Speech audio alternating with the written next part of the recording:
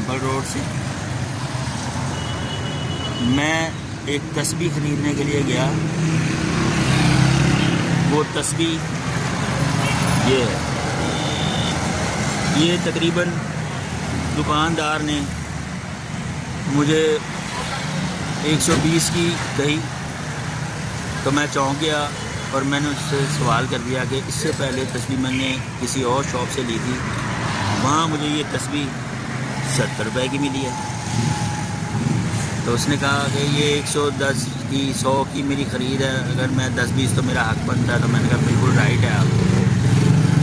میں نے کہا وہ جو دکاندار 70 روپے کی تسبیح مجھے دے رہا ہے بغیر میں نے ڈسکاؤنٹ بھی نہیں لیا, تو اس نے مجھے کہا کہ جی اس دکاندار کو ایک شخص آ کے 20,000 روپے دے گیا تھا, اور اس نے یہ کہا تھا کہ جو بھی یہ تسبیح لینے آئے تو 50 روپے اس میں میرا شامل کر دینا, اس کو 70 روپے کی دینا,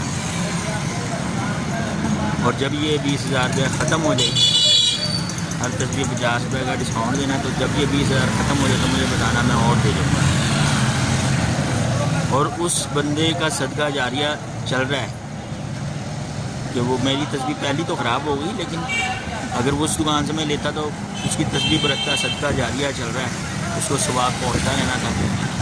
تو ہمیں بھی کوشش کرنی چاہیے کہ اللہ کی راہ میں ایسا پیسہ اپنی کمائی میں سے نکالیں کہ جس سے دین کو فروغ ملے, اسلام کو فروغ ملے, مسلمان کو آسانی ہو. اور یہ سینسر کی بات اور ہے, جہاں تک سینسر کی بات ہے کہ ہم لوگ پانی پیتے ہیں تو ہمیں پتہ ہوتا ہے کہ یہ پانی گندا ہے, یہ پانی صاف ہے. ہمارا سینسر کام کر رہا ہے کہ ہم نے یہ صاف پانی پینا ہے. اسی طرح ہمیں کوئی بھی عمل کرتے وقت یہ اس سینسر کو استعمال کرنا چاہیے اور سوچ لینا چاہیے کہ یہ اچھا ہے یا برا ہے. اگر یہ کام اچھا ہے تو کروں, اور اگر برا ہے تو نہ کروں. اگر ہم نے یہ سینسر استعمال کر لیا, 3 دن میں پوری دنیا ٹھیک ہو سکتی ہے. دین پہ آ جاؤ, اللہ سے جڑ جاؤ, رسول سے جڑ لو.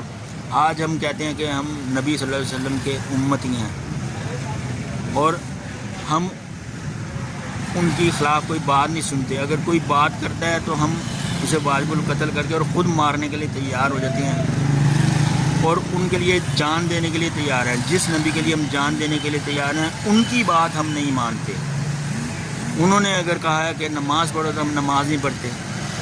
انہوں نے کہا کسی کو مسلمان کو تنگ نہ کرو, بلکہ کسی کو بھی تنگ نہ کرو, تو ہم تو لوگوں کو ستاتے ہیں, تنگ کرتے ہیں. تو بہتر ہے کہ جب ہم نبی سے محبت کرتے ہیں تو جس سے محبت کی جاتی ہے ان کی بات بھی مانی جاتی ہے, تو ان کی بات مانو.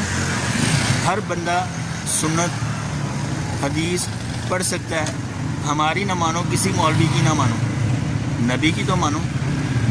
نبی کو مانتے ہو تو نبی کی بات کو بھی تو مانو. میں اپنے والد صاحب کی بہت عزت کرتا ہوں, میں انہیں کہتا ہوں تم میرے باپ ہو, لیکن ان کی بات نہیں میں مانتا. وہ بھی مجھے نافرمان کہہ دیں گے, جداد سے بھی آگ کر دیں گے. اسی طرح نبی کی بات مانو. اگر ہم آج نبی کی بات نہیں مانیں گے تو وہ بھی ہمیں آگ کر دیں گے, اپنی امت سے آگ کر دیں گے. ڈرو اس وقت سے کہ جب آپ امت سے آگ ہو.